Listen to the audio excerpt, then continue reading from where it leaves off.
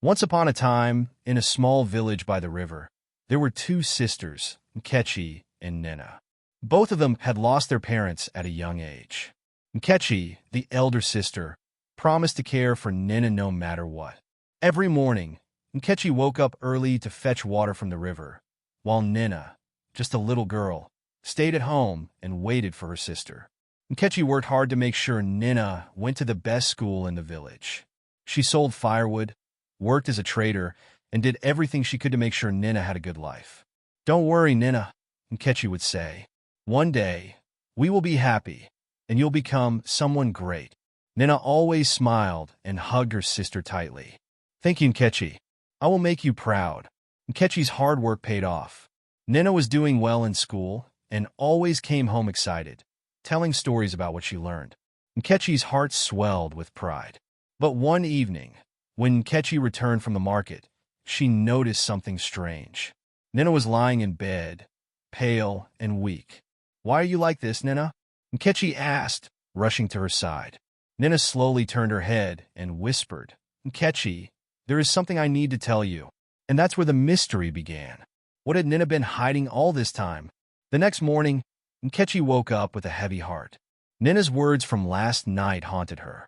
Her sister had never been sick like this before, and Nkechi couldn't just sit and watch her suffer. She had to find money for Nnenna's medicine, no matter the cost. Nkechi hurried through the village, her feet almost flying over the dusty paths. She knocked on doors, asking anyone who could help, but it seemed no one had anything to spare. "God, please help me," she whispered, looking up to the sky. As she walked past the marketplace, she saw her best friend, Chioma, sitting under the large mango tree. Chioma waved at her, calling out, "Nkechi, you look troubled. What is wrong?" Nkechi sat beside Chioma, breathing hard. "It's Nnenna, Chioma. She's sick. I don't know what to do. I don't have enough money for her medicine, and I can't stand seeing her suffer." Chioma's face softened. "Oh, Nkechi, that's terrible. But don't worry, I might know someone who can help. Mr. Nkem is a rich man who lives on the edge of the village. I heard he was looking for someone to clear the bushes at the back of his house. If you work for him, he might pay you enough for Nnenna's medicine." Nkechi's eyes brightened. "You think he will hire me?" Chioma smiled. "There's only one way to find out. Come, I'll take you to him." Without wasting any time, the two friends hurried down the narrow village path toward Mr. Nkem's house, their hearts filled with hope. Would Mr. Nkem offer Nkechi the job she desperately needed? A few days later, Nkechi worked tirelessly, clearing the bushes at Mr. Nkem's house. She didn't stop until the job was done, and when Mr. Nkem handed her half of the payment, she could hardly believe her eyes. With the money in her hand, Nkechi ran straight to the local pharmacy. She bought the medicine that Nnenna desperately needed, her heart pounding with relief. That evening, after Nnenna took the medicine, she slowly started to feel better. The fever that had drained her energy began to fade away. By the next morning, Nnenna was sitting up in bed, smiling at Nkechi. "Sister, I feel much better. Thank you for not giving up on me." Nkechi smiled, tears of joy in her eyes. "It's the medicine that helped you, Nnenna. But most of all, it's the love I have for you that keeps me going." Nnenna hugged her tightly. "I knew you would find a way. You always do." A few days later, Nkechi decided to return to Mr. Nkem to thank him properly for giving her the chance to earn money for her sister. When she arrived, Mr. Nkem smiled warmly and said, "Nkechi, you've worked so well. I can see you're a hard worker, and I like that. I want to offer you a job here in my house as a maid. I will pay you handsomely for your work." Nkechi's eyes widened. "A maid? At your house?" Mr. Nkem nodded. "Yes, and I'll make sure you're well taken care of. You've proven yourself to me." With gratitude in her heart, Nkechi rushed home to share the good news with Nnenna. As she walked through the door, her heart raced. "Nnenna, guess what? Mr. Nkem has offered me a job as a maid at his house, and he's going to pay me very well."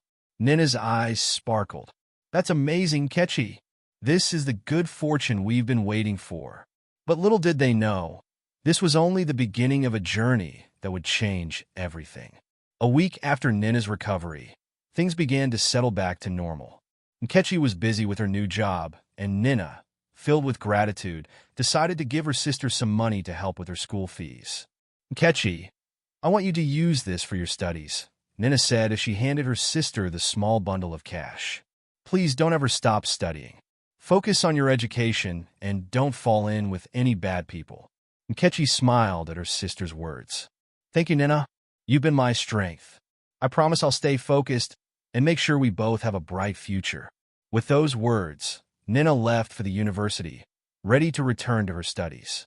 The campus felt like a new world for her, one full of opportunities and challenges. She was determined to make her sister proud.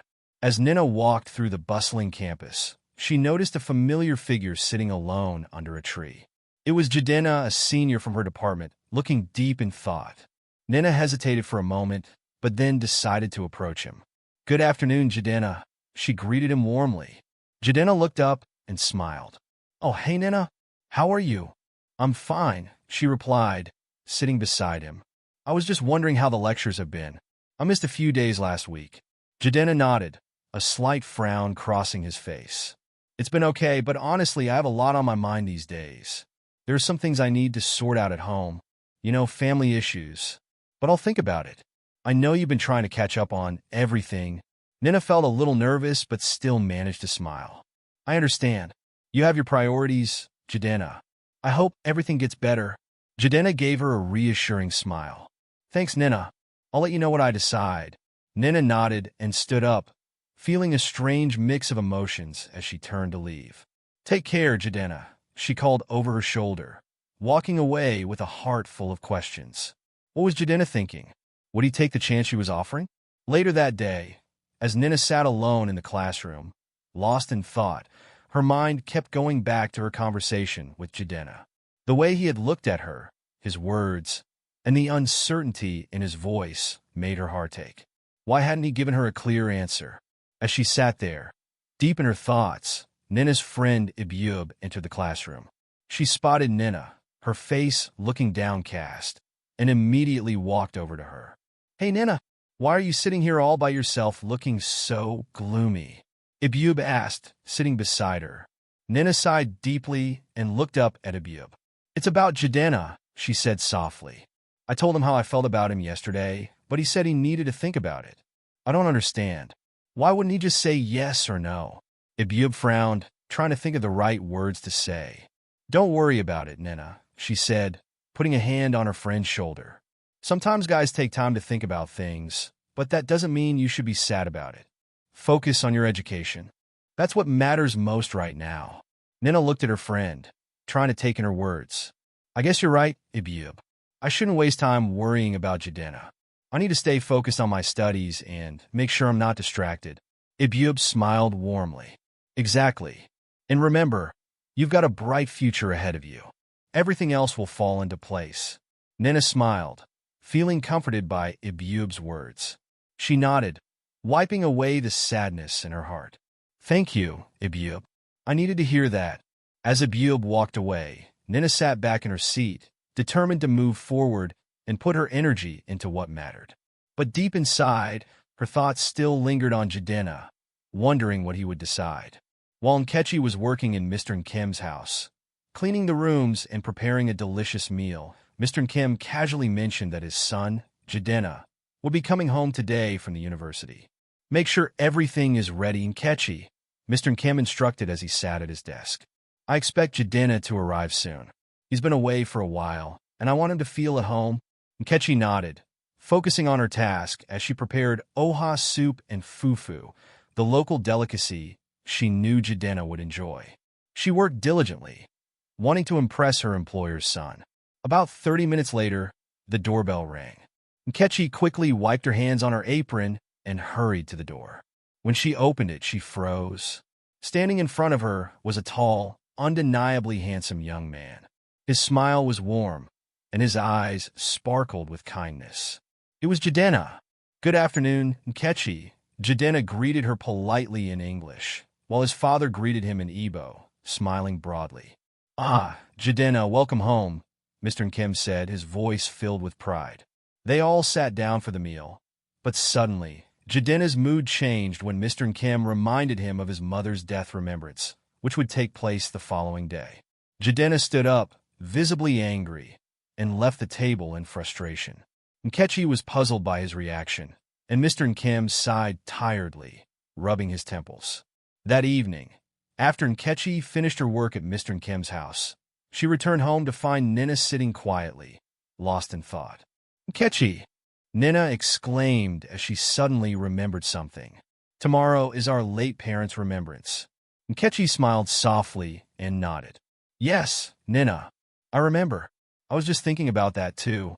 As she sat down, her mind wandered back to the events at Mr. Nkem's house. The memory of Nnenna's anger the night before, when his father had reminded him about his mother's death remembrance, lingered in her thoughts. She couldn't help but wonder why it had affected him so deeply. The next morning, as Nkechi was busy working in Mr. Nkem's house, she entered the sitting room and found Nnenna sitting alone, lost in his thoughts. His eyes were distant, and there was a sad expression on his face. He barely noticed her at first, but then he spoke up. "I'm hurt, Nkechi," Nnenna said quietly. "My mother died so early. I can't seem to accept it. I feel like I never got the chance to say goodbye properly." Nkechi, who had always managed to stay strong despite her struggles, sat beside him. "I understand how you feel, Nnenna. I lost my parents too. It's not easy. But I've learned that no matter what happens, you can always remember them with love. It's okay to grieve, but don't let the grief stop you from living. Go to the cemetery, visit your mother, and keep her memory alive." Nnenna looked at her, his eyes filled with gratitude. "Thank you, Nkechi. I've been so lost in my thoughts. Your words, they give me strength." After a long pause, Nnenna stood up. "I'll go with you to the cemetery, Nkechi. Together, we'll pray for our parents' souls." Nkechi nodded, smiling softly. Yes, together. They walked out together, heading toward the cemetery, where they would both honor the memories of their late parents in silence, with their hearts filled with prayer and gratitude. The next day, Nnenna came to meet Nkechi as she worked in the house. He looked at her with a soft smile, his eyes reflecting the gratitude that had built up in him over the past few days. "Nkechi," he said, his voice sincere, "I just wanted to thank you. You've been such a great help to me, more than anyone else could be. You helped me find peace in a way I didn't think was possible. I'll never forget that." Before she could respond, Nnenna moved closer and embraced her gently. The hug was unexpected, but it felt comforting, almost like a quiet promise.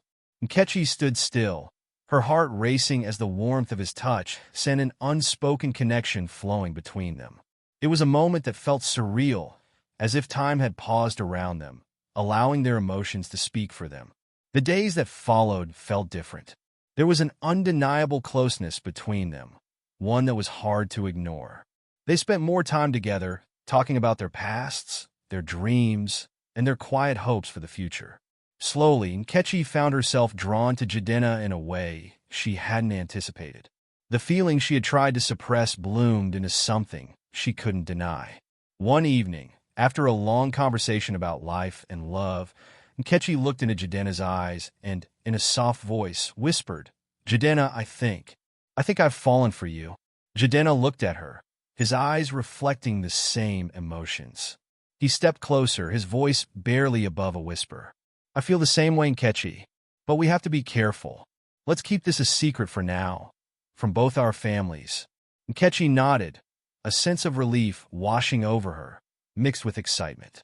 "For now," she agreed, her heart pounding with the possibilities of what lay ahead. Nnenna had been trying so hard. Every time she saw Nnenna on campus, she would find ways to be near him, making sure her presence was felt. She would laugh at his jokes, compliment him, and even help him with his studies. But despite all her efforts, Nnenna's behavior remained distant. He was polite and kind even, but there was no spark, no sign that he shared the same feelings. Nnenna couldn't understand it. She had always been popular and admired by many, so why was Nnenna different? Why didn't he seem to notice her in the way she wanted? She felt confused and frustrated, unable to find the answer to the question that had been occupying her mind for days.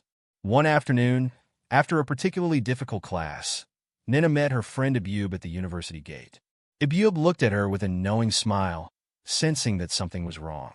Nnenna, you've been walking around with a heavy heart for days now. What's going on? Ibube asked, looking concerned. Nnenna sighed deeply. It's Jidenna. I've been trying everything to get him to notice me, but nothing seems to work. He's always polite, but there's no connection. I don't understand. I thought we were close. Ibube's expression shifted, and for a moment, she looked hesitant. I overheard something the other day at the market square. I wasn't sure if I should tell you, but I think you deserve to know. Nnenna raised an eyebrow. What do you mean? Ibube lowered her voice. I heard from some people that Jidenna, he's not interested in you, Nnenna. He's been seeing someone else. Your sister, Nkechi. Nnenna's heart dropped. The words felt like a slap to her face, and her entire body stiffened in shock. What? Nkechi? How could she? Ibube nodded solemnly. I'm sorry, Nnenna, but it's true. I've seen them together, and it's obvious. They're in love. Nnenna stood frozen, her mind racing. How could her sister steal the man she had been chasing all along? The realization hit her like a heavyweight, and the world around her seemed to blur as she struggled to process the betrayal. The atmosphere in Mr. Nkem's house was tense. Nnenna stood in front of Nkechi, her voice trembling with anger and hurt. She had just learned the truth, and it felt like her world had shattered. So, this is it? You've been hiding it all this time? Nnenna's words were sharp, her eyes glaring at her sister. You've been seeing Jidenna behind my back. The man I've been trying to get for so long, and you, my sister, have taken him from me? Nkechi, standing quietly, tried to keep her composure. Nnenna, I didn't know you felt that way about him. I never thought we were competing. Before Nnenna could say another word, the door creaked open, and Jidenna walked in. His face was calm, but his eyes held something deeper. Regret, perhaps, or maybe something else entirely. Nnenna, Jidenna said softly, his voice full of sincerity, I've never loved you the way you think. I respect you, yes, but I've always felt something for Nkechi. I can't force feelings that aren't there. Nnenna's heart sank as Jidenna's words pierced her. The truth was undeniable, and it hurt more than she had expected. You should have told me earlier, Jidenna. Nnenna shot back, her voice shaky with frustration. Nkechi can never be with you. She's uneducated. She's not worthy of someone like you. Nkechi flinched at her sister's harsh words, but before she could respond, Nnenna's anger slowly turned into something else, guilt. Nnenna's eyes filled with tears as she looked at her sister. I'm sorry, Nkechi. I didn't mean those words. You've done so much for me since our parents died. You've sacrificed everything. I was wrong. Tears fell down Nnenna's face as she walked over to her sister, her voice trembling with regret. Please forgive me. I never should have said those things. Nkechi, though hurt, hugged her sister tightly, forgiving her with a soft smile, even though the pain lingered in her heart. Later that day, as the sun began to set, Mr. Nkem returned home from work. He entered the house, and before he could say a word, Jidenna stood up, his face serious yet filled with determination. Father, there's something I need to tell you, Jidenna began, his voice steady but full of emotion. I've fallen in love with Nkechi. I want to spend the rest of my life with her. She's different from anyone I've ever met. She's kind, hardworking, and truly deserving of my love. Mr. Nkem, who had been sitting in the living room, smiled broadly as he heard his son's words. His heart swelled with happiness. Jidenna, I'm happy for you. Nkechi is indeed a remarkable woman. I've seen how hard she works, how much she cares for others. I bless your relationship with all my heart. Jidenna smiled, feeling a sense of relief wash over him. He was finally able to tell his father, and he knew that his approval meant everything. As the evening passed, the house felt filled with a quiet sense of joy and promise. Back at the house, Nnenna, now calmer, approached her sister. With a soft smile, she reached out, and they hugged each other tightly. In that moment, Nnenna's heart, despite the hurt she had felt earlier, was full of love for her sister. I'm happy for you, Nkechi, she whispered. You deserve all the happiness in the world, even if it's with Jidenna. In Nnenna's heart, there was peace. She knew that her sister's happiness was just as important as her own. The love between them, stronger than ever, was a testament to family and sacrifice. Moral lesson: sometimes love doesn't work out the way we expect, but real love is about seeing the happiness of others and supporting them. Life isn't about rivalry, but about lifting each other up, even when it's difficult. Don't forget to subscribe, like, share, and comment your thoughts on this story. What would you do if you were in Nnenna's shoes? Let us know in the comments below.